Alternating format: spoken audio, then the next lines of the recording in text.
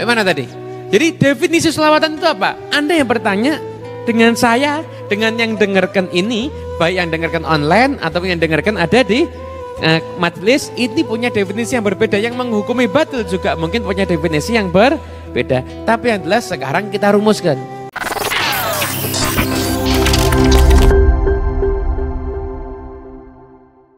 Kalau orang kumpul duduk baca sholawat dikatakan batil, ya batilnya di mana? Orang duduk baca sholawat berbareng-bareng dikatakan batil. Kayak tadi kita dengan Ustadz Iis tadi ya. Ustadz Iis insya Allah setiap Senin nanti kita mulai di bulan Maulid ini baca burdah nanti ya. Nanti baca burdah nanti. Rabbi bil Mustafa balik maqasidana waghfir lana dzambana ya wasi'al karami. Nanti begitu ya. Nanti bacanya burdah. Ustadz Iisnya sudah hilang tapi saya mandi mungkin. Bagaimana tadi? Jadi definisi selawatan itu apa? Anda yang bertanya dengan saya, dengan yang dengarkan ini, baik yang dengarkan online atau yang dengarkan ada di majelis, ini punya definisi yang berbeda. Yang menghukumi batil juga mungkin punya definisi yang berbeda. Tapi yang jelas sekarang kita rumuskan. Selawatan itu yang dimaksud apa? Kalau orang duduk zikir, kemudian muji-muji Nabi, selawat kepada Nabi, batilnya di mana? Batil itu lawannya hak loh. Kalau menyatakan batil itu berarti ada perbuatan haram. Mana keharaman yang ada di sana? Tolong dijelaskan. Muji Nabi, sahabat muji Nabi. Zikir bareng, sahabat zikir bareng. Mana batilnya? Saya sengaja mana batilnya? Seperti itu ya.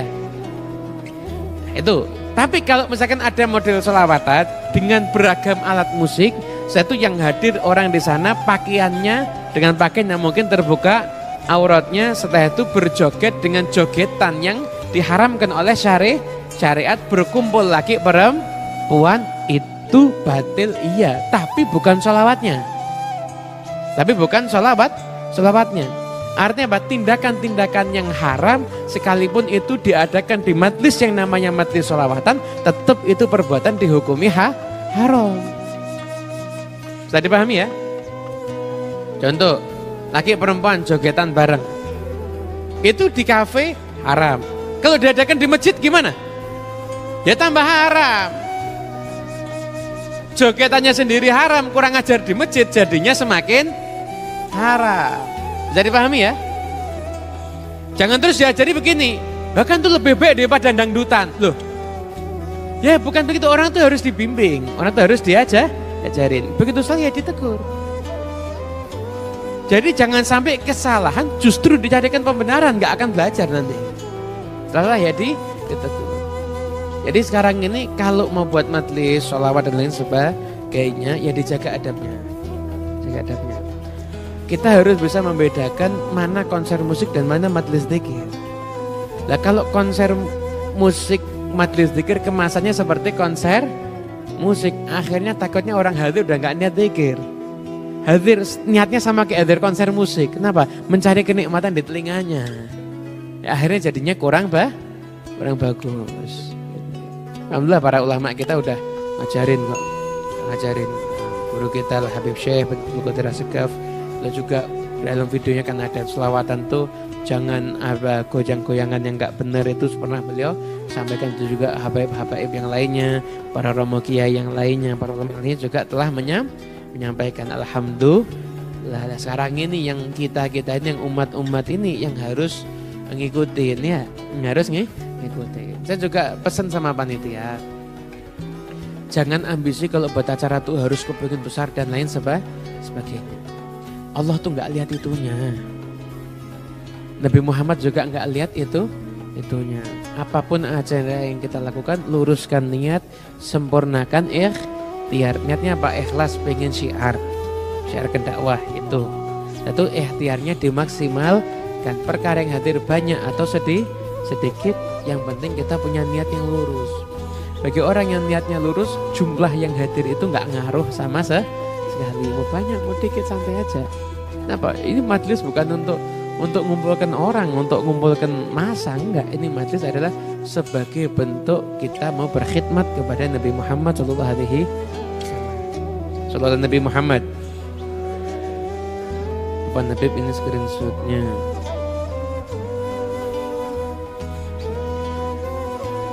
Iya.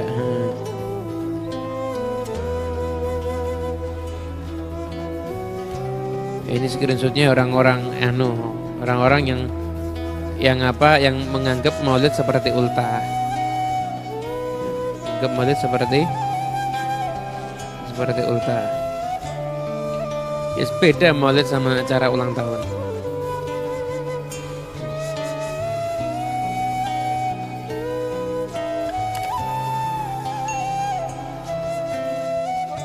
Assalamualaikum Habib, Allah yarhamkum. Dan ini tentang hadis-hadis yang ada dalam sebuah kitab. Ada kitab An-Nawadir karya Imam Al-Qulyubi, atau sebagaimana syair yang ada badui tawaf yang Arabi yang bilang ya karim ya karim ya karim itu, apakah itu hadisnya maudhu?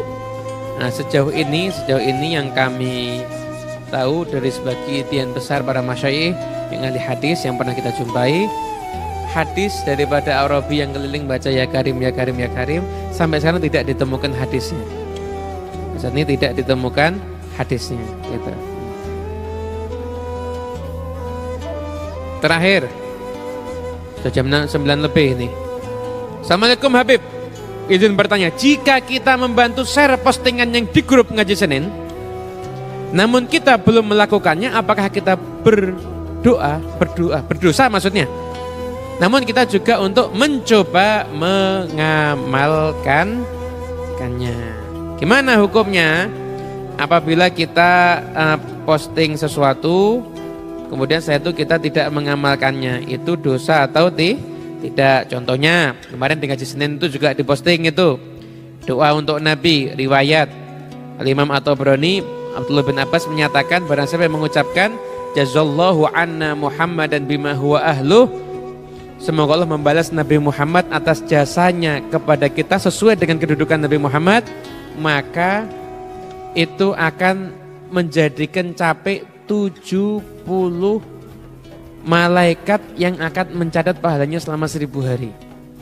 Jazallahu anna Muhammadan bima huwa ahluh, hadis riwayat Imam At-Tabrani daripada Abdullah bin Abbas.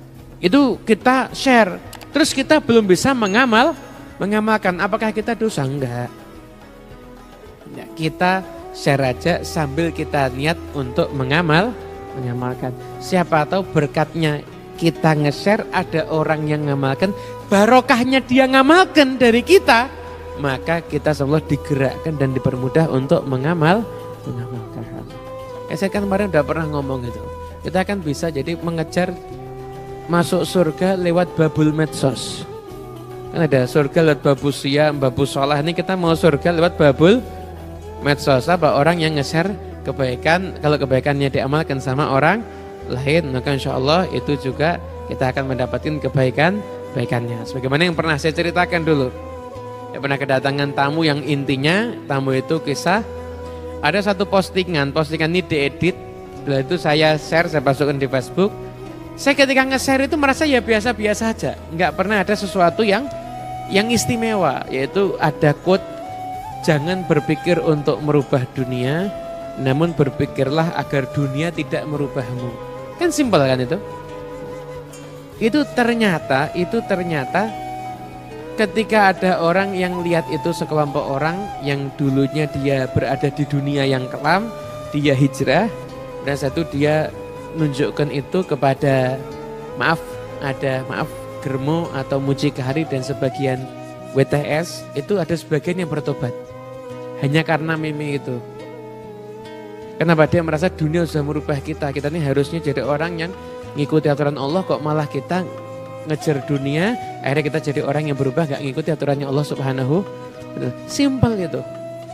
Bukan cuma gitu, ya kita kadang-kadang gak tahu pintu hidayah itu bisa lewat berbagai macam jalur. Makanya la ayyahdiyallahu bika rajulan khairun laka min humurin nam au kama qala. Sesungguhnya Allah ngasih hidayah kepada orang berkat kita, lewat kita, maka itu lebih baik daripada sedekah dengan unta merah. Bahkan kalau Allah ngasih hidayah orang berkat kita, maka setiap amal soleh yang dilakukan orang itu karena sebab kita tadi, maka semuanya pahalanya ngalir kepada kita tanpa mengurangi pahalanya dia sedikit pun. Semoga barokah dan manfaat. Amin ya rabbal